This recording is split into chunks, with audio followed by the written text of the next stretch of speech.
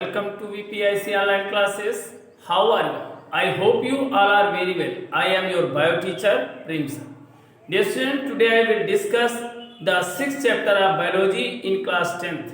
Our sixth chapter is life process, and in this chapter your first topic is transportation in human being, मनुष्य में परिवहन.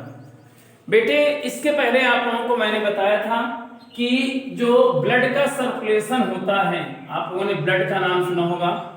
Blood का जो circulation होता है वो धमनी और शिरा के माध्यम से होता है.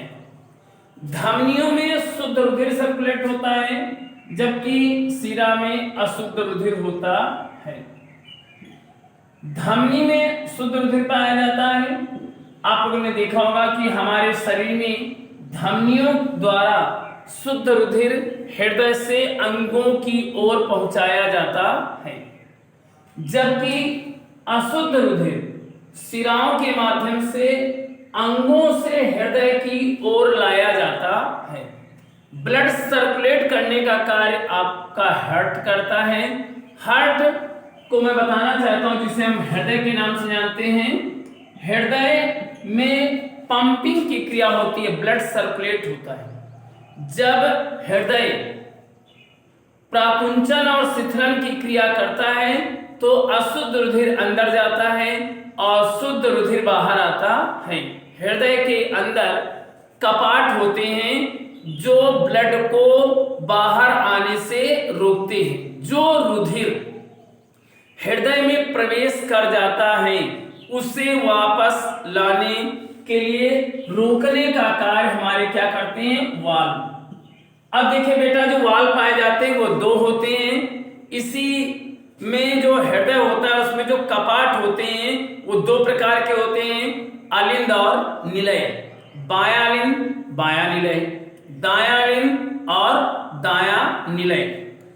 ट्रांसपोर्टेशन इन ह्यूमन बीइंग की अगर हम बात करें तो मैं आपको बताना चाहता हूं कि रुधिर परिसंचरण, आप लोगों ने नाम सुना होगा, रुधिर परिसंचरण की खोज की है वैज्ञानिक विलियम हार्वे. वैज्ञानिक विलियम हार्वे द्वारा ब्लड सर्कुलेशन की खोज की गई. जीवधारी द्वारा, आप लोगों ने देखा होगा कि जितने भी जीवधारी होते हैं, जीवधारी द्वारा ग्रहण किए गए पदार्थों को शरीर की प्रत्येक कोशिका तक पहुंचाने तथा अपशिष्ट पदार्थों को किसी निश्चित स्थान तक पहुंचाने की क्रिया परिवहन कहलाती है. आप लोगों ने देखा होगा बेटा, चूंकि जो ब्लड सर्कुलेशन होता है तो इसमें कुछ ऐसे पदार्थ होते हैं जिनको एक स्थान से दूसरे स्थान पहुंचाया जाता है. आपने देखा होगा कि जैसे हमारी बॉडी के अंदर ब्लड सर्कुलेट होता है तो ब्लड सर्कुलेटरी सिस्टम होता है जिसके द्वारा शरीर के समस्त अंगों तक पहुंचाया जाता है.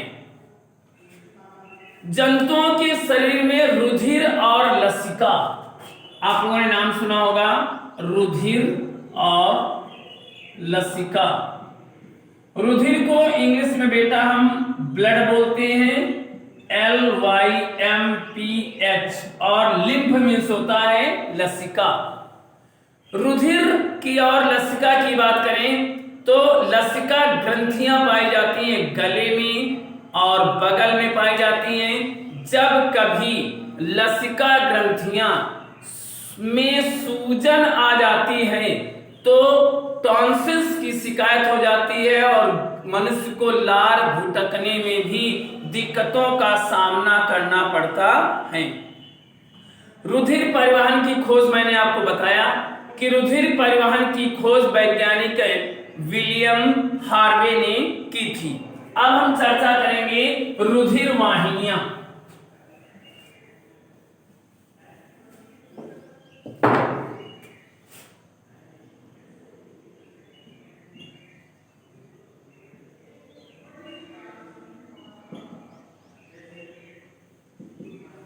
रुधिर वाहिनियां जिसे कहते हैं blood vessels, BLOOD vessels, VESSELS vessels. कशेरुकी जंतुओं की बात करें बेटा, कशेरुकी और अकशेरुकी जंतु किसे कहते हैं? कशेरुकी जंतु वे जंतु होते हैं जिनके शरीर में हड्डियां पाई जाती हैं, उन्हें हम कशेरुकी जंतु कहते हैं। और जिन जंतुओं के शरीर में कशेरुकी यानी कि हड्डियां नहीं होती हैं, उन्हें हम अकशेरुकी जंतु के नाम से जानते हैं।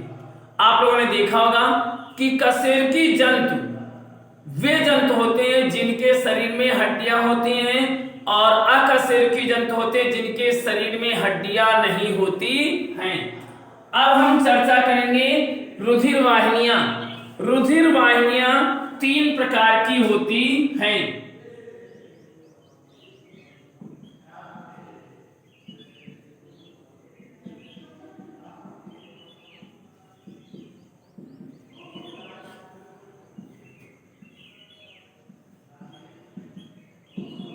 अगर नंबर 1 बात करें तो इसे हम धमनी के नाम से जानते हैं। आप लोगों ने देखा होगा कि रुधिर वाहिनियों में अगर हम बात करें तो धमनी में सबसे पहले मैं चर्चा करूंगा धमनी। धमनी को हम आर्टरीज के नाम से जानते हैं, आर्टरीज के नाम से जानते हैं, जिसे हम धमनी कहते हैं। ये रुधिर को हृदय से विभिन्न अंगों तक पहुंचाने का कार्य करती हैं, उसे हम धमनी कहते हैं। धमनियों में रुधिर हृदय की पंपिंग क्रिया द्वारा, जो हृदय आपका होता है वो पंपिंग की क्रिया करता है, ब्लड को सर्कुलेट करने का कार्य करता है। धमनियों में शुद्ध रुधिर का प्रवाह होता है। अब हम चर्चा करेंगे रुधिर कणिकाएं। रुधिर कणिकाएं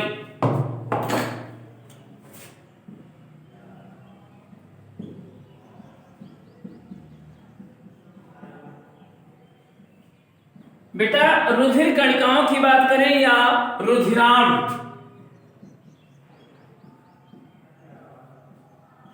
इसे रुधिराणु के भी नाम से जानते हैं। तो रुधिराणु 3 प्रकार के होते हैं। पहला है RBC, जिसे कहते हैं लाल रुधिर कणिकाएं। RBC जिसे कहते हैं रेड ब्लड कार्पसेल्स, ये कशेरुकी जंतुओं में पाई जाती हैं। इनके कोशिका द्रव्य में हीमोग्लोबिन पाया जाता है। हीमोग्लोबिन, जिसे HB के नाम से जानते हैं। आप लोगों ने बेटा देखा होगा कि जो भी मनुष्य होते हैं जिनके शरीर में रुधिर का रंग लाल होता है, उनके शरीर में हीमोग्लोबिन पाया जाता है।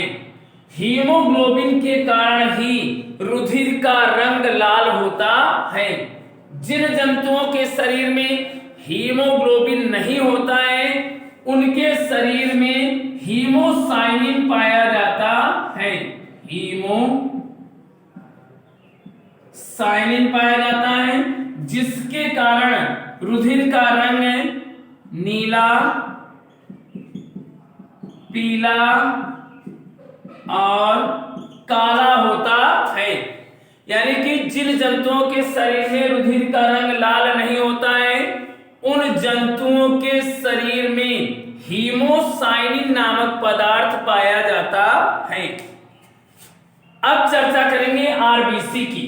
तो जो हीमोग्लोबिन होती है, जैसे ही मनुष्य श्वसन की क्रिया करता है, श्वसन की क्रिया में ऑक्सीजन को ग्रहण करता है। ऑक्सीजन जैसे ही मनुष्य के फेफड़ों में पहुंचती है, रुधिर को ऑक्सीकृत कर देती है, और जो हीमोग्लोबिन होता है यह ऑक्सी हीमोग्लोबिन में परिवर्तित हो जाता है, ऑक्सी हीमोग्लोबिन का निर्माण करता है। यह ऑक्सीजन वाहक का कार्य करती है और इसका जीवन काल 120 दिन का होता है, 120 दिन, और कभी कभी देखा गया है 120 से 128 दिन तक भी होता है। यानी कि प्रत्येक कोशिका 120 से 128 दिन के बीच में नष्ट हो जाती है। स्वतः कोशिकाएं बनती रहती हैं और नष्ट होती रहती हैं।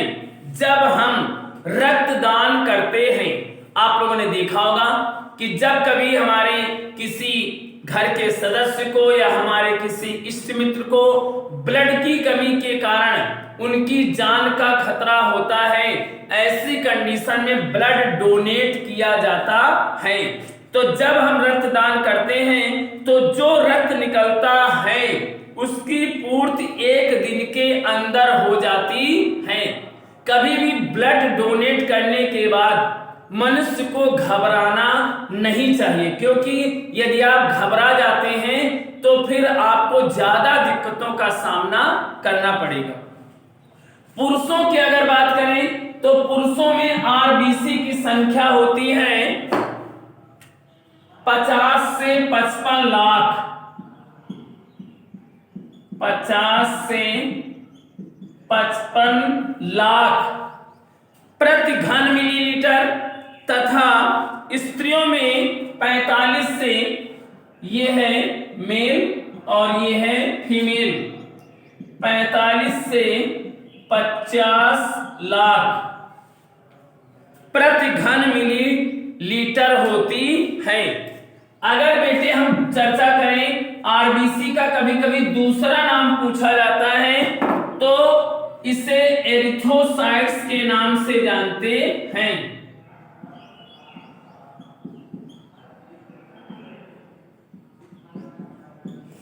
आरबीसी की अगर हम बात करें, जिसे हम लाल रुधिर कणिकाएं कहते हैं, अगर लाल रुधिर कणिकाओं का दूसरा नाम पर अगर चर्चा करें तो इसे एरिथ्रोसाइट्स के नाम से जानते हैं।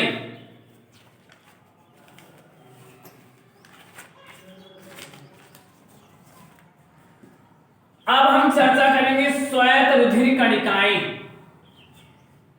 WBC।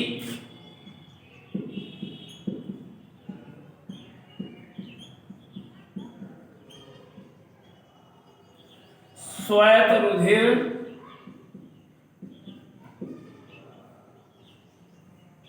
कणिकाएं, आप लोगों ने आरबीसी डब्ल्यूबीसी का नाम सुना होगा, और ब्लड प्लेटलेट्स, 3 प्रकार की कोशिकाएं होती हैं। जैसे आप लोगों ने सुना है आरबीसी, आरबीसी का दूसरा नाम है एरिथ्रोसाइट्स, उसी प्रकार से डब्ल्यूबीसी का दूसरा नाम है ल्यूकोसाइट्स।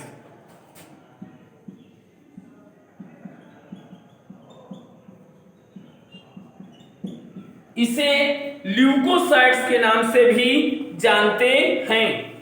ये केंद्रक युक्त रंगहीन अनियमित आकार की कोशिकाएं होती हैं, यानी कि ये अनियमित आकार की कोशिकाएं होती हैं। ये रुधिर कोशिकाओं से बाहर आधार ऊतक द्रव्य में पहुंच जाती हैं। ये रोगाणुओं व जीवाणुओं का भक्षण करती हैं, रोगाणु व जीवाणु का भक्षण करती हैं। इन्हें शरीर की प्रहरी या सैनिक कोशिकाएं, प्रहरी या सैनिक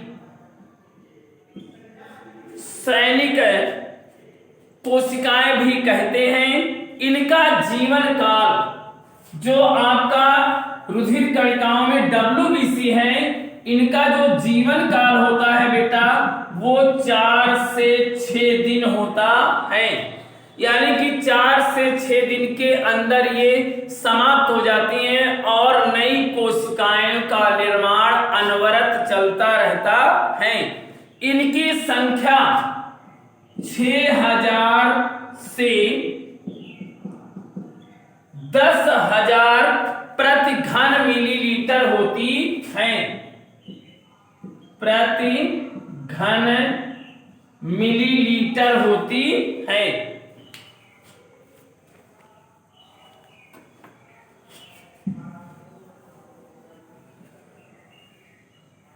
अब हम चर्चा करेंगे रुधिर के कारण, function of blood.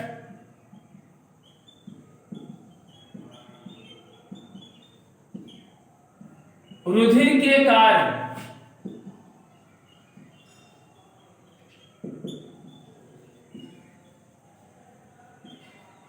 Function of blood. अगर हम रुधिर के कार्य की बात करें तो पूरे शरीर में जो ब्लड सर्कुलेट होता है सभी क्रियाओं को संचालन करने का कार्य करता है। फेफड़ों से ऊतकों तक ऑक्सीजन का परिवहन करता है। WBC, आपके जो शरीर में WBC होते हैं, व्हाइट ब्लड कॉर्पसेल्स होते हैं, ये रोगाणुओं को भक्षण करने का कार्य करते हैं। इसके अतिरिक्त एंजाइम का परिवहन होता है। रोगाणु का भक्षण एंजाइम का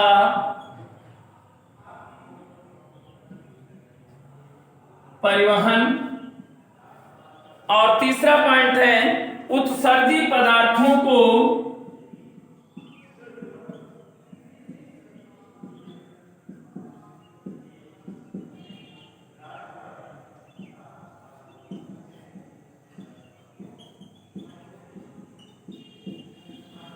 वृक्क तक पहुंचाना, शरीर के ताप को नियंत्रित करना। बेटे, मैंने आज आप लोगों को ब्लड सर्कुलेशन के बारे में बताया। ब्लड सर्कुलेशन के बारे में मैंने आपको बताया, सबसे पहले रुधिर के बारे में बताया जिसमें धमनी था, और फिर सिरा है, और फिर केशिकाएं हैं जिसे हम कैपिलरीज के नाम से जानते हैं। इस धमनी के अंतर्गत आपको मैंने RBC और WBC रुधिर कणिकाओं के बारे में चर्चा की। रुधिर कणिकाएं आपकी जो होती हैं वो लाल रुधिर कणिकाएं और श्वेत रुधिर कणिकाएं होती हैं। और इस रुधिर कणिकाओं के बाद मैंने आपको रुधिर के कार्य, फंक्शन ऑफ ब्लड, शरीर में रुधिर का क्या कार्य है, इसके बारे में आपको मैंने बताया। तो बेटे, जो ब्लड आपके शरीर में है, यदि मनुष्य के शरीर में ब्लड की कमी होगी तो मनुष्य का फिर जीवन संभव नहीं है। अक्सर करके देखा जाता है कि जब आपके शरीर में ब्लड की कमी होती है और जैसे ही डॉक्टर के पास आप जाते हैं, तुरंत डॉक्टर आपको एडवाइस देते हैं ब्लड डोनेट कराने के लिए। इसका मतलब है कि रोगी मनुष्य के शरीर में जो ब्लड की कमी हो रही है उसकी पूर्ति करने के लिए उसी ग्रुप का, जिस ग्रुप का व्यक्ति होता है, आपने देखा होगा कि जैसे मान लीजिए कि कोई व्यक्ति A पॉजिटिव है, तो जिस व्यक्ति को रुधिर देना है उसको भी A पॉजिटिव होना चाहिए और किसी भी प्रकार से किसी रोग से ग्रसित ना हो। यदि किसी रोग से ग्रसित होता है तो फिर उसे बड़ी दिक्कतों का सामना करना पड़ेगा। तो बेटे, आज मैंने आप लोगों को जो जैव प्रक्रमलेशन था उसमें मनुष्य में परिवहन के बारे में चर्चा की। वीडियो को आप देखते रहें और देखने के साथ साथ आप अपनी फेयर कॉपी में लिखते रहें। जब भी आपका कोर्स यानी कि जो आपका लेसन पहला है ये जैसे ही कंप्लीट होगा, मैं आपको PDF प्रोवाइड करा दूंगा और आप उसे फेयर कॉपी में लिखते रहें। तो dear student, it is sufficient